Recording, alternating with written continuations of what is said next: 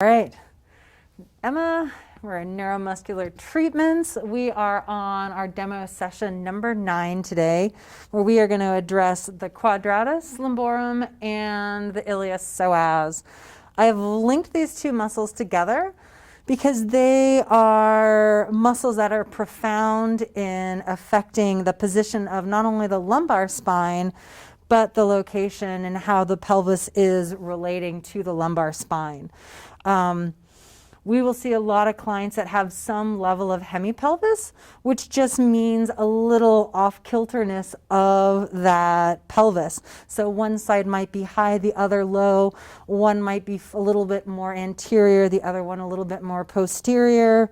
Those sort of things are really well addressed and supported, creating a more neutral lumbopelvic junction by addressing those two muscles. So we have Cassandra here today, and we are familiar with her spine from last session when we did the erector spinae. And as I alluded to, we would have some work to do in the quadratus lumborum on this side. I think at one point I was calling this Cassandra's right side. I'm totally dyslexic, so sorry if I confused you. Anyways, go by what I'm actually working on as opposed to if I say right or left. That'll make more sense. I'll stop using right and left because it's usually wrong. So first off, I want to look at my client, get an assessment of where she might have some hemipelvis. And first, I'm actually just going to redrape Cassandra and take a look at her. Obviously, we've done some assessment before we've got our client on the table to kind of get an idea. But if for some reason you didn't address the position of where her pelvis is in relation to the rest of her body, doing whatever assessments you were doing before treatment, but you got doing some treatment and you were like, oh my gosh, I think actually part of what I'm addressing, we need to take care of some organization in the pelvis, you can do a little bit of assessment just from the posterior side, just feeling how things move.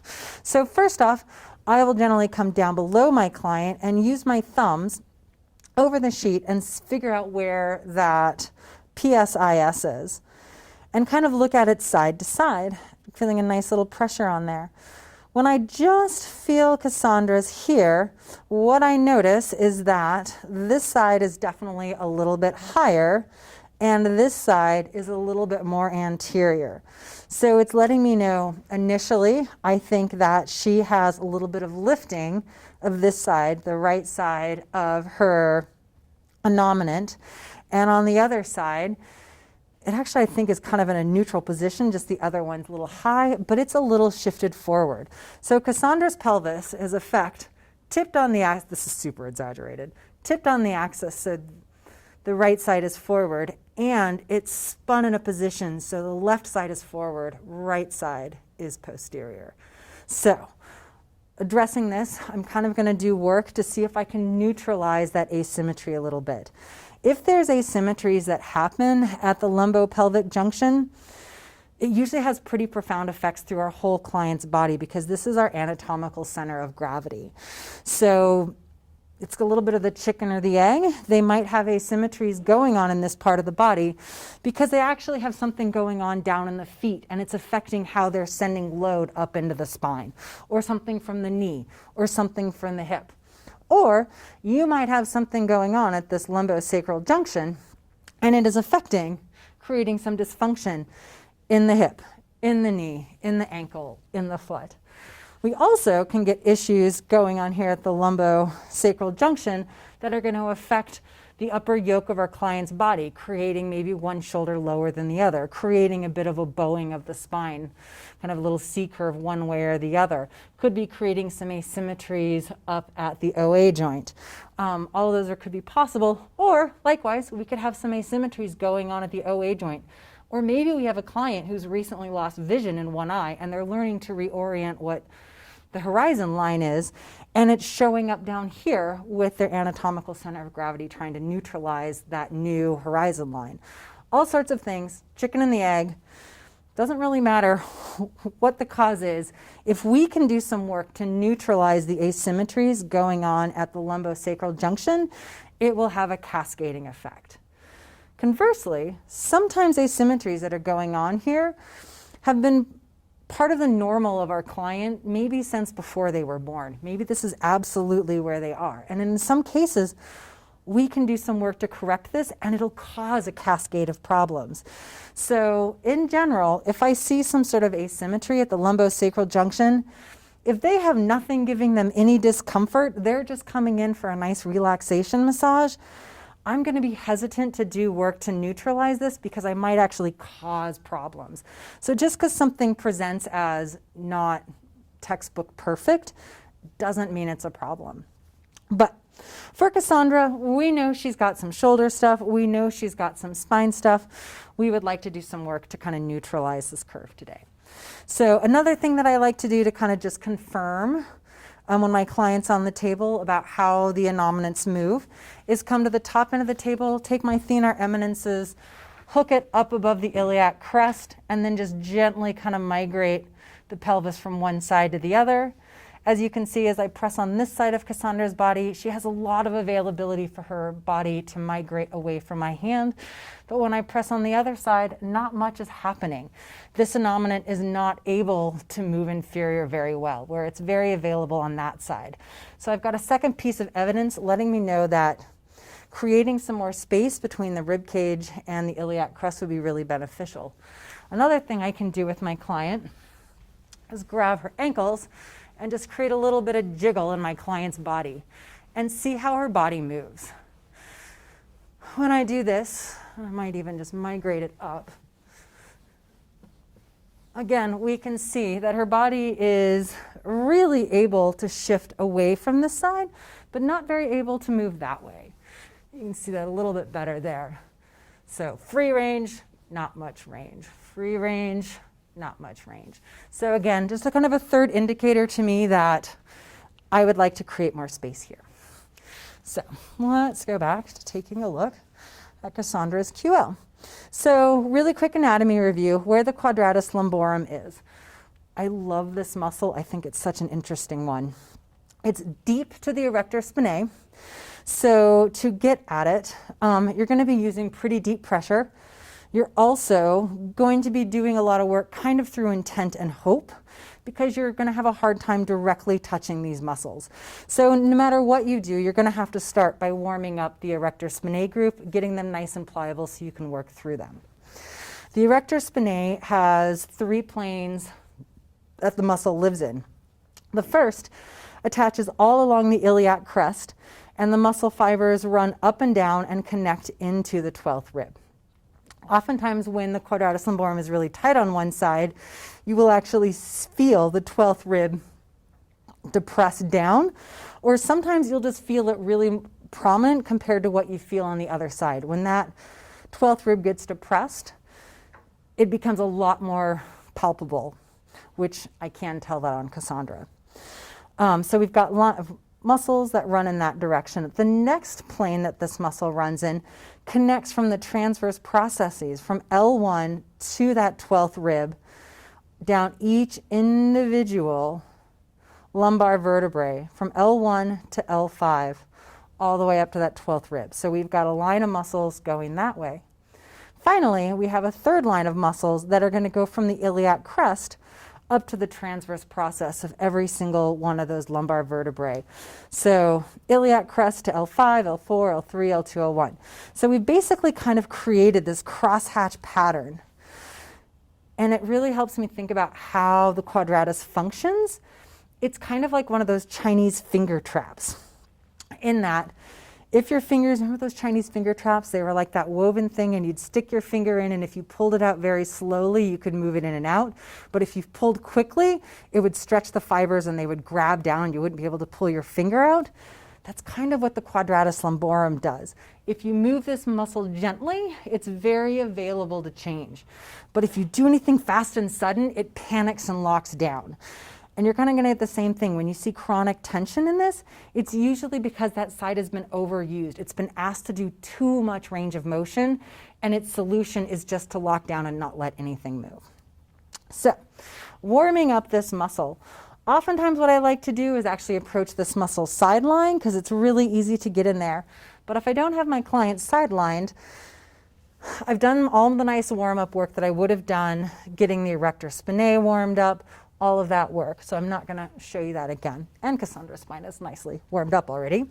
What I'm going to do is come over to the side of my client's body, and I'm going to drop myself down so I'm working at the same level as my client.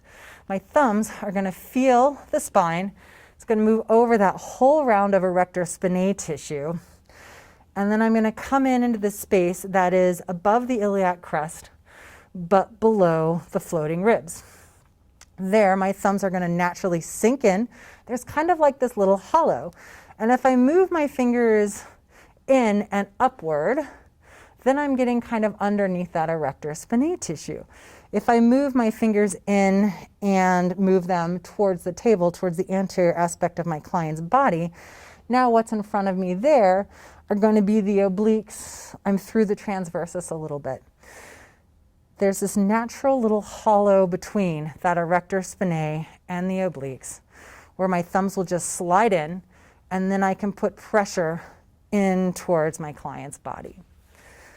And I'm just going to slowly settle in there.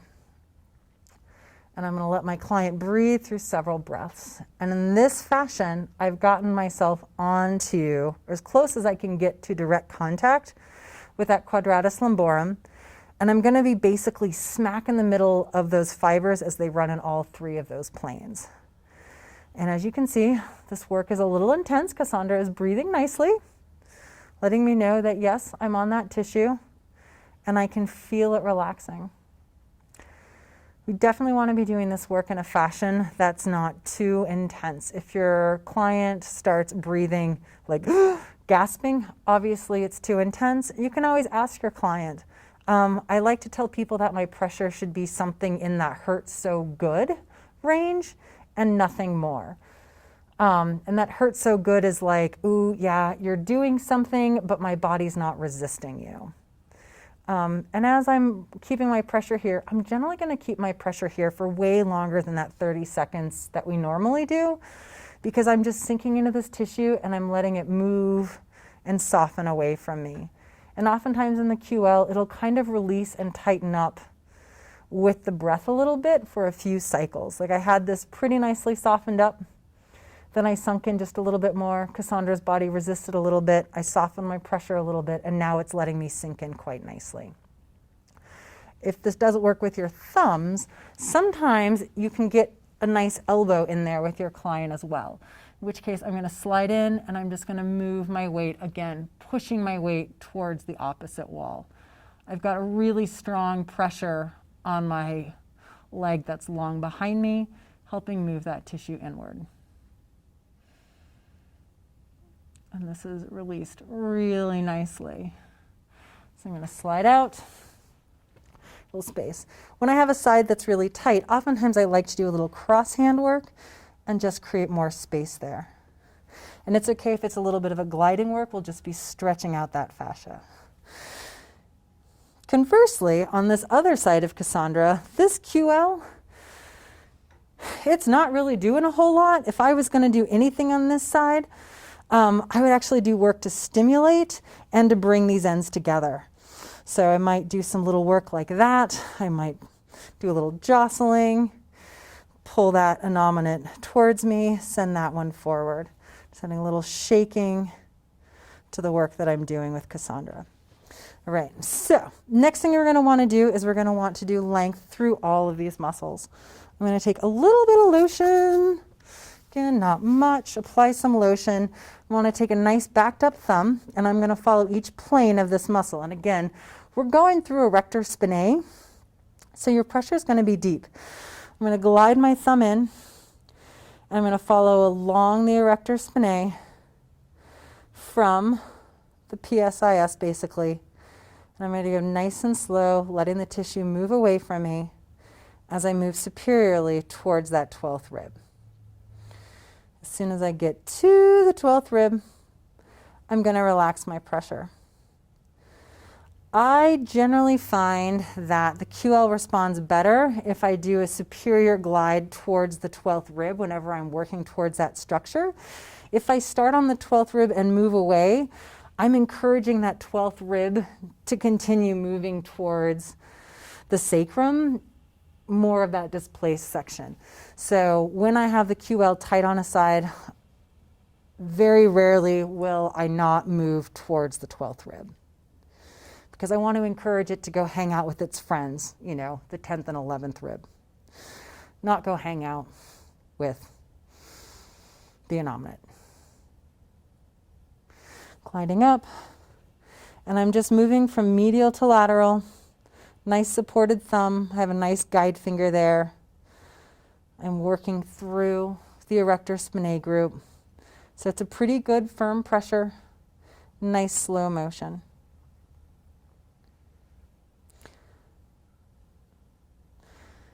Deep specific work needs to be slow. You're not going to feel the tissue moving underneath you if you move rapidly. And deep work does not feel deep if you move slowly. If you move fast, it feels very harsh. Generally, it elicits your clients to guard against you.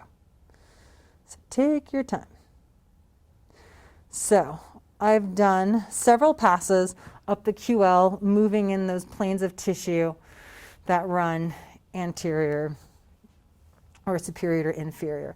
Then I'm going to want to do a line going from each transverse processus to the 12th rib. So I'm going to start at L1, and I'm just going to move, pull those fingers towards me.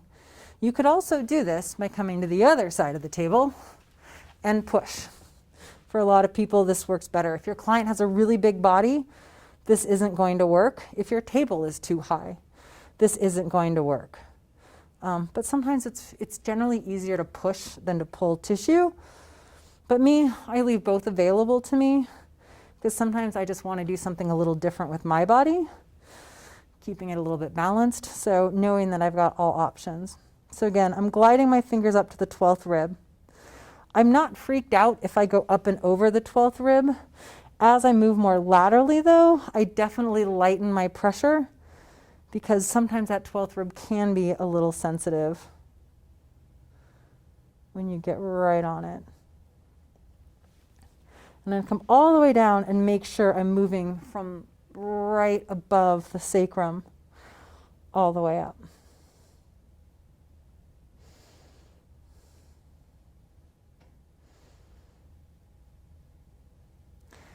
Now I'm going to do the same thing, working from my transverse process down to the iliac crest.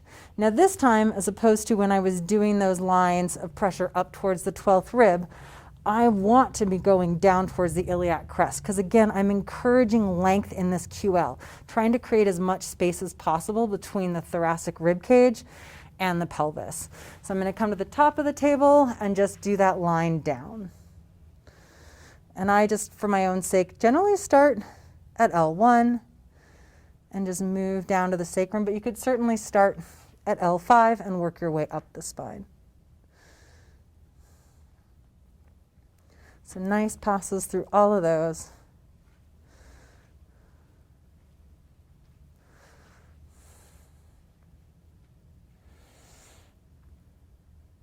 All right, so we've addressed ischemic compression coming from the side. We've lengthened out this muscle in all the different planes that it exists. Now we're going to want to do some nice little plus minuses through this tissue. Again, we come back to a nice little backed up thumb. I'm going to slide into L1, T12, find that space, the backed up thumb, little plus minus. When some of this tissue is tight, you might find yourself doing a little bit of ischemic compression as you go, potentially through a little bit of erector spinae. You might find yourself up in the intercostals between the 11th and 12th rib, and you might find yourself hanging out there too. Kind of do what the tissue asks for when you find it. It's okay if your plus minuses are broken up by a little ischemic compression and then maybe just a little bit of circulatory work, and then go back to your plus minuses on this 12th rib. There's usually a lot of binding at this 12th rib when the QL has been chronically tight on a side. Then I'm going to flip myself facing down, and I'm going to do the same thing on the iliac crest. I'm going to come down to L5, find the little notch that's between that and the top of the iliac crest, little plus minuses, and just follow that ridge. So I'm on top of that ridge. I'm not on top of the bone, I'm on top of the ridge, pushing down onto the top of that iliac crest. Nicely out.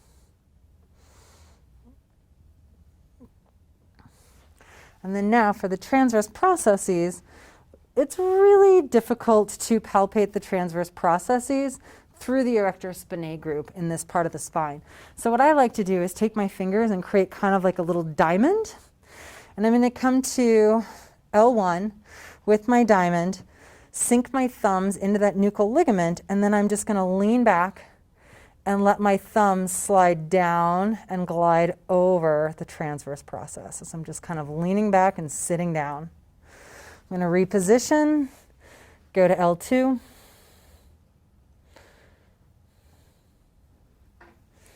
Through the middle, I'm at L3.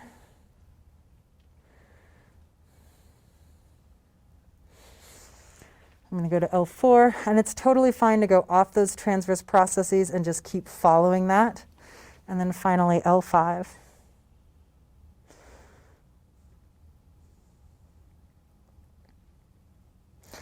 The last thing I like to do when I'm addressing the quadratus lumborum on a side that's been chronically tight and short is put a little stimulation into the iliolumbar ligament. Now this little ligament sits right between L5, has a slip that goes onto the sacrum and a slip that goes onto the innominate. If you feel down the side of the spinous process, you're going to find this natural bony pocket where medial to my thumb, I've got spinous process. Inferior to my thumb, I have sacrum. Medial to my thumb, I've got the iliac crest. In that tiny little pocket, I'm going to place hold with my finger. I'm just going to notch my olecranon in there. And I'm first just going to nice soft wrist settle in there. Then I'm going to do just this gentle little pumping. So I'm going to rock my elbow back and down. And I'm just kind of massaging that ligament. And as we're doing this, it's also encouraging a little bit of bony gliding at the SI joint, allowing that innominate to lower. So it's just kind of a few little like chops here. Slide out. And make nice with my client's body. Whatever work I want to do in there. And then if I'm dealing with an interesting hemipelvis, I'm probably going to want to take a look at the Iliopsoas. So let's flip Cassandra over and we'll take a look at how we do that. Okay. So when I'm dealing with some sort of lumbosacral, lumbopelvic asymmetries, a big culprit oftentimes is the Iliopsoas.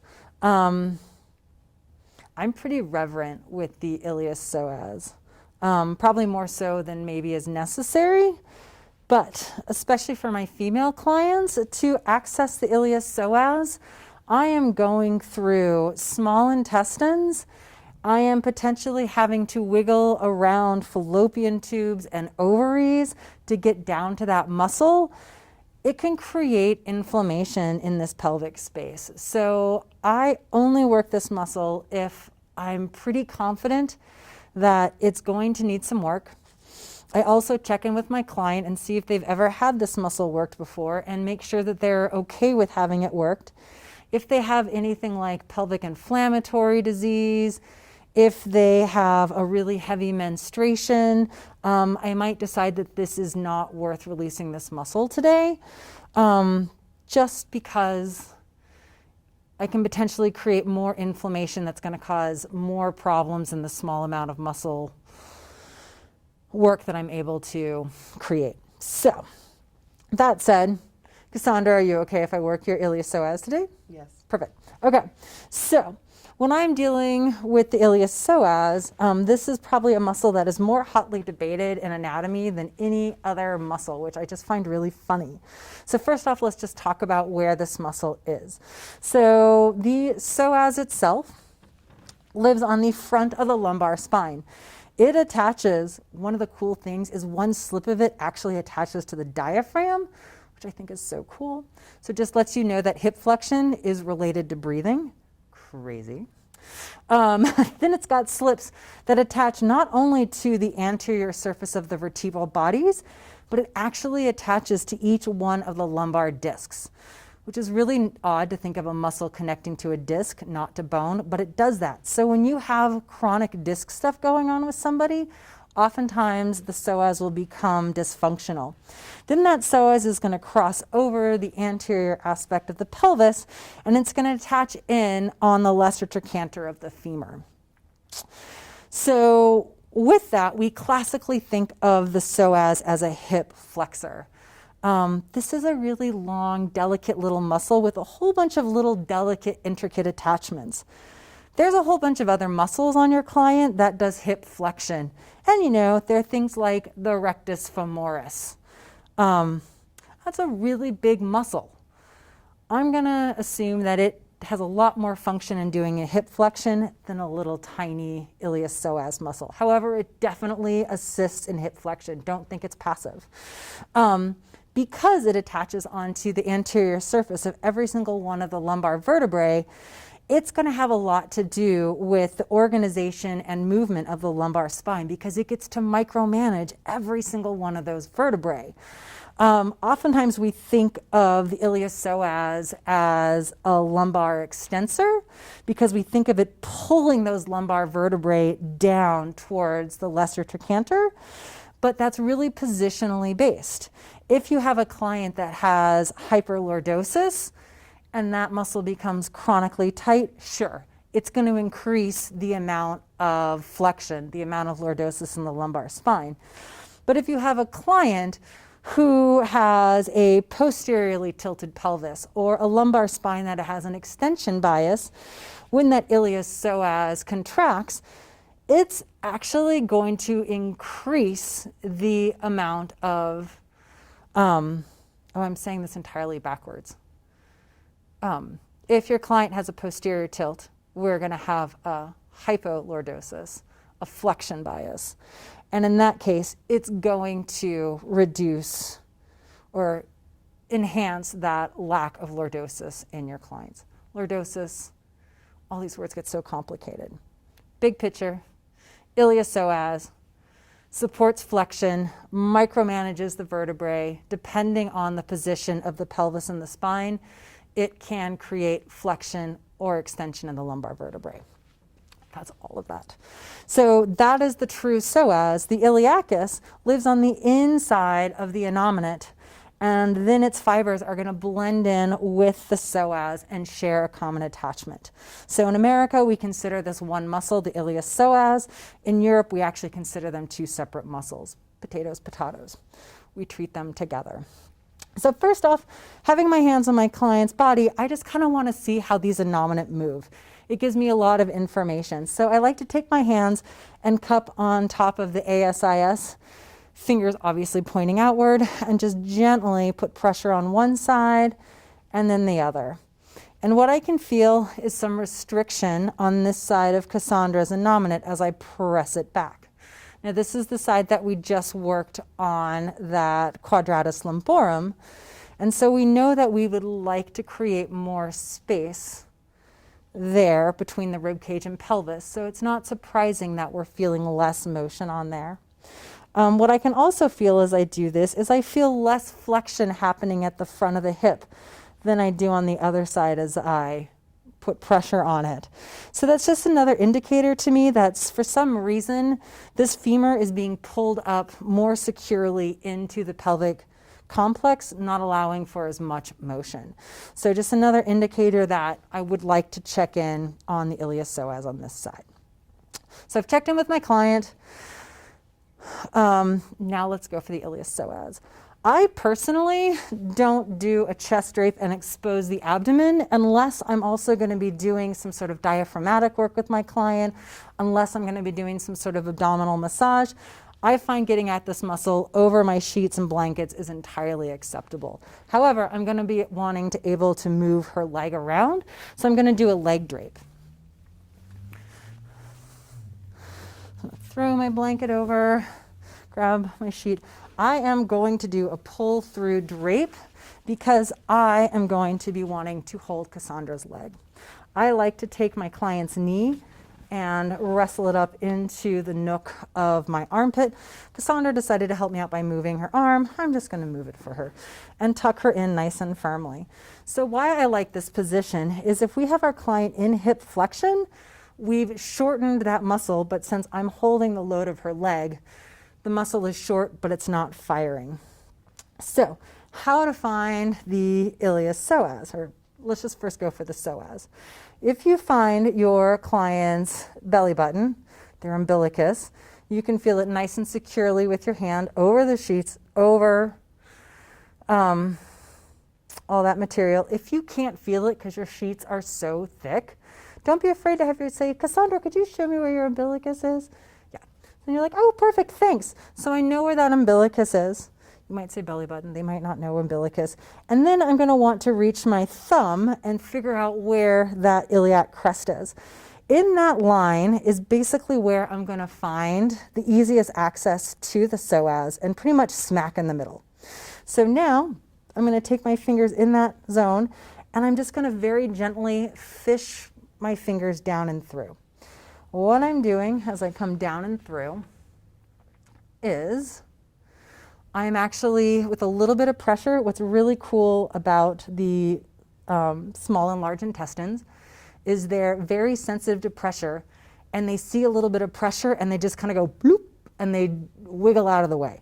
So if you just kind of slowly move back and forth, not fast because that's really irritating, you're going to be able to kind of sink down through the abdominal cavity. And then you're going to eventually find yourself on something fairly firm. And you hope that you are on the psoas. If I want to feel if I'm on the psoas, instead of doing all this jiggling around with my finger, because that could be pretty irritating to my client, I'm going to support this knee. I'm going to move my client into a little bit more hip flexion and then into a little bit of hip extension. And I should feel that muscle gliding underneath my fingers. If you're not sure, what I'm going to do is say, Cassandra, will you gently pull your knee into this hand? And then you can relax it. And as she did that, if I was on the psoas, I'm going to feel it jump up and get more firm under my fingers, which is what I felt. If you don't feel that, instead of like monkeying around, I'm going to gently release my pressure a little bit, migrate either a little bit more laterally or a little bit more medially and sink down into that tissue. And then do a little bit of wiggling of the leg and then have Cassandra gently pull in and there. And I know I'm on her psoas there. So what I see a lot of therapists doing is they'll get on the psoas and then they'll start doing superior or inferior gliding with their fingers. If you happen to have trapped any organ tissue, any of the fascial tissue that keeps the space of the organs, it's going to be uncomfortable. It's way better to keep that hand nice and still and quiet. And any motion that you want to get in moving through this muscle, I'm going to do by moving my client. So I'm going to stand up, keep my hand firm, and then just move my client into a little bit of flexion, a little bit of extension, and then a little bit more flexion, and just gently move through there. If I want to go through a bigger range, I might hook around my client's knee and then move them into more. Be very thoughtful about moving into a lot of extension here. I generally find myself just doing this very gentle kind of little like sawing back and forth, getting that muscle to relax. If I want to reposition, I'm going to move my client's knee back up into a nice 90-degree position with their hip, slightly move my fingers out, slightly settle them back in, and I'm going to do the same thing. So very gently working through all of this. The psoas, because it attaches on the lesser trochanter, you can also get that psoas to shorten and lengthen by adding a little bit of internal and external rotation.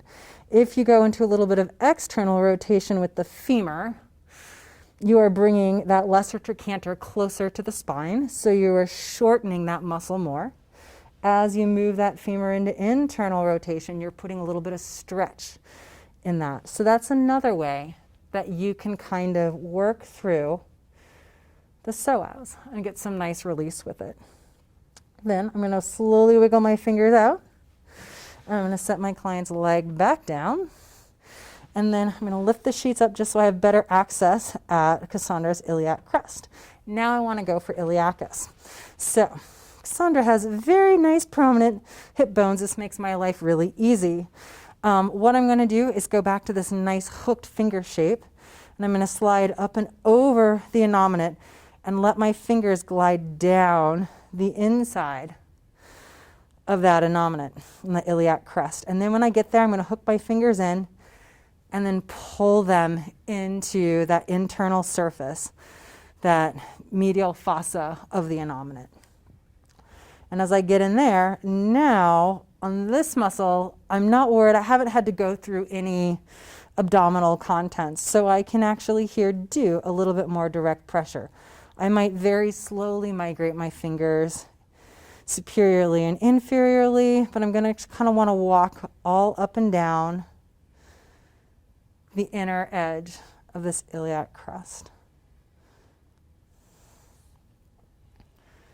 Sometimes with your clients, this muscle is going to be so tight that you can't get in this way.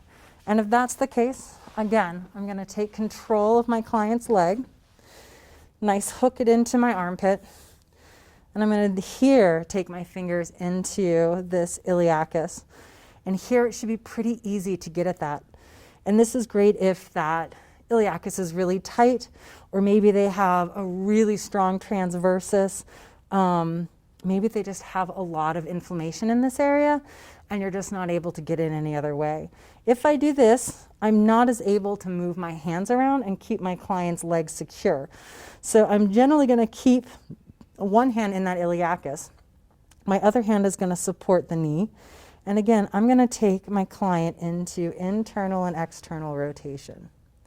The iliacus, because it has planes that run all along the inside of that iliac crest, is more involved with internal and external rotation than flexion.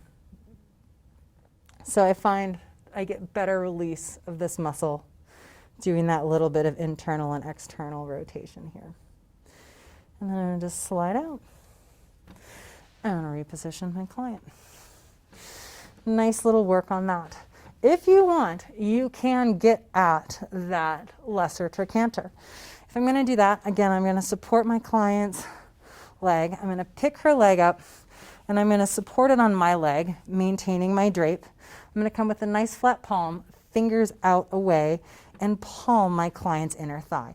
I'm generally going to tell my client, hey, Cassandra, I'd like to get at the attachment of that Iliopsoas, and it's going to be up pretty close to your groin. Are you comfortable with my hands here? Would you like to create a hand barrier? And that's another thing I can do, is have my client create a nice hand barrier so I don't accidentally end up with the palm somewhere she or he does not like. And then I'm going to just palm up through that until I feel a nice bony round in there. When I feel that nice bony round, I'm going to pause on it. If I'm not sure, I can actually take my leg and lift Cassandra's leg up and down, and it'll confirm to me that yes, I'm on that bony prominence. Then I might take my other hand, I'm going to slide it underneath my own barrier onto that bony prominence. And there I can do just some very gentle kind of plus minuses. These are pretty big plus minuses here. It's a pretty bony structure. Or you could even do circles clockwise and then counterclockwise. A little nice jiggling. Come out, I'm going to support my drape and set Cassandra's leg back down. Thank you, Cassandra. And that is what I'm going to do to treat my client's Iliopsoas. So it's not a lot of monkeying around in that muscle. It's being very specific, finding it, getting it to respond to my pressure, and moving on. The more time you spend torturing the Iliopsoas through all the abdominal cavity, the more negative effects you're going to have. So initially at first, work with your friends, work with other massage students, learn how to get in there. But then know when you're working on the real public, you're going to want to not spend 15 minutes on the Iliopsoas. right. Thank you, Cassandra. Thank you.